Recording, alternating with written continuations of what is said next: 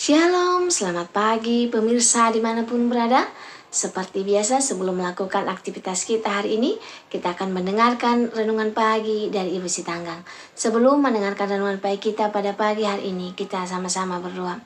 Bapa yang baik yang bertahta dalam kerajaan surga, terima kasih Tuhan buat kesempatan yang baik bagi kami pada pagi hari ini. Sebentar Tuhan kami akan mendengarkan firman-Mu melalui renungan pagi. Kiranya Tuhan menjamah hati dan pikiran kami, sehingga firman yang kami dengarkan, kami boleh mengerti dan kami lakukan dalam kehidupan kami. Berkati umat-umat Tuhan yang mendengarkan firman-Mu pada pagi hari ini. Biarlah berkat kesehatan, rezeki yang daripada-Mu boleh menjadi bagian mereka, sehingga mereka boleh hidup lebih dekat dengan Tuhan. Berkati kami Tuhan sepanjang hari ini, mohon ampun dosa pelanggaran kami, karena kami berdoa dalam nama Yesus yang menebus kami dalam dosa. Amin. Sebelum saya melanjutkan renungan pagi kita pada pagi hari ini, saya minta bantuan saudara-saudara untuk tekan tombol like dan subscribe. Jangan lupa komen sehingga saya tahu kalau saudara singgah di YouTube saya dan saya lebih semangat dalam menyampaikan firman Tuhan setiap pagi. Terima kasih, Tuhan memberkati. Judul renungan pagi kita pada pagi hari ini, Ladang 2022. Ayat intinya saya ambil dari Amsal 21 ayat 5. Rancangan orang rajin semata-mata mendatangkan kelimpahan, tetapi setiap orang yang tergesa-gesa akan hanya mengalami kekurangan. Ada banyak pengibaratan untuk hidup yang sekarang ini sedang kita jalani. Ada yang bilang kalau hidup ini seperti roda. Roda itu berputar, kadang kita di atas, tapi mungkin besok kita akan berada di bawah. Ada juga yang bilang kalau hidup ini ibarat game. Kalau tantangannya mudah, maka level kita gak akan naik. Ada juga yang bilang kalau hidup ini ibarat main golf. Untuk mencapai tujuan, maka kita harus mendapatkan beberapa pukulan. Syukur-syukur kalau satu pukulan saja lalu langsung sampai ke tujuan.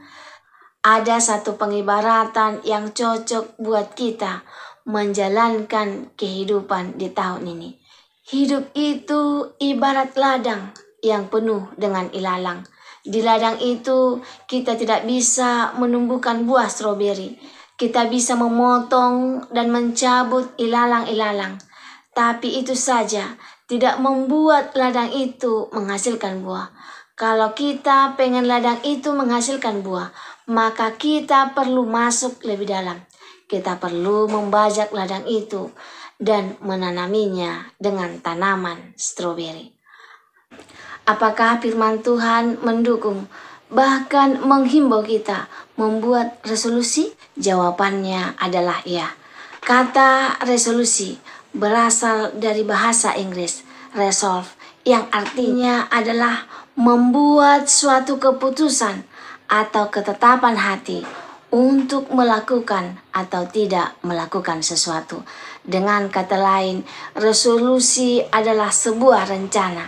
Saat kita membuat rencana, maka kita sedang menata sebuah rencana. Mau ngapain kita di tahun ini dan hal apa yang berusaha kita wujudkan. Dan soal rencana ini, firman Tuhan berkali-kali menegaskan arti pentingnya sebuah rencana. Ibaratnya resolusi dan rencana tahun ini adalah menanam tanaman baru yang disebut dengan perumpamaan ladang tadi. Sebut saja tahun 2022 ini sebagai ladang 2022. Nah, jadi ladang ini mau kita apain? Apakah mau ladang ini sampai akhir tahun nanti cuma ditumbuhi ilalang? Maka untuk itu, segera tetapkan tanaman apa yang perlu kita tanam. Segera rencanakan hal apa yang sekiranya kita tanami. Saya pribadi punya resolusi. Saya berencana membuat YouTube saya semakin sukses. Saya punya tekad dan usaha dan selalu berdoa kepada Tuhan. Semoga tahun 2022 ini saya bisa mendapatkan berkat dari Tuhan, melalui penginjilan saya di YouTube. Memang seringkali resolusi yang sudah kita buat kandas di tengah jalan, tapi kita harus mengerti, lebih baik membuat resolusi yang gagal daripada tidak membuat resolusi sama sekali.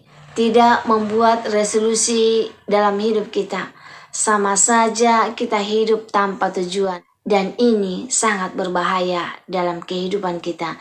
Jika kita punya hidup tanpa tujuan, jangan pernah membuat resolusi tanpa rencana dan tindakan. Semoga firman Tuhan pada pagi hari ini dapat menolong kita untuk segera membuat resolusi atau rencana. Dan rencana itu perlu langsung ada tindakan. Dan jangan lupa tetap berdoa kepada Tuhan sehingga rencana yang kita buat akan mendapatkan hasil yang lebih baik. Jika saudara-saudara merasa terberkati dengan firman Tuhan pada pagi hari ini, saudara-saudara boleh share di sosial media kamu, Facebook, WhatsApp, Instagram, sehingga kita sama-sama menginjil, menjadi berkat bagi banyak orang, sehingga mereka termotivasi untuk membuat resolusi dalam kehidupan mereka dengan rencana yang lebih baik. Sebelum mengakhiri firman Tuhan pada pagi hari ini, kita sama-sama berdoa. Bapa yang baik yang bertahta dalam kerajaan surga, terima kasih Tuhan buat firman-Mu pada pagi hari ini yang mengingatkan kami untuk segera membuat resolusi dalam kehidupan kami, agar kami memiliki tujuan dalam kehidupan kami, dan selalu berdoa dan mengandalkan Tuhan dalam kehidupan kami. Kiranya Tuhan, apapun yang menjadi resolusi kami serahkan semua ke dalam tangan-Mu Tuhan, sehingga resolusi ini dapat bermanfaat bagi kami dan bagi orang-orang yang ada di sekeliling kami. Berkati Tuhan kami sepanjang hari ini, mohon ampun dosa pelanggan kami, karena kami berdoa dalam nama Yesus yang menebus kami dalam dosa. Amin.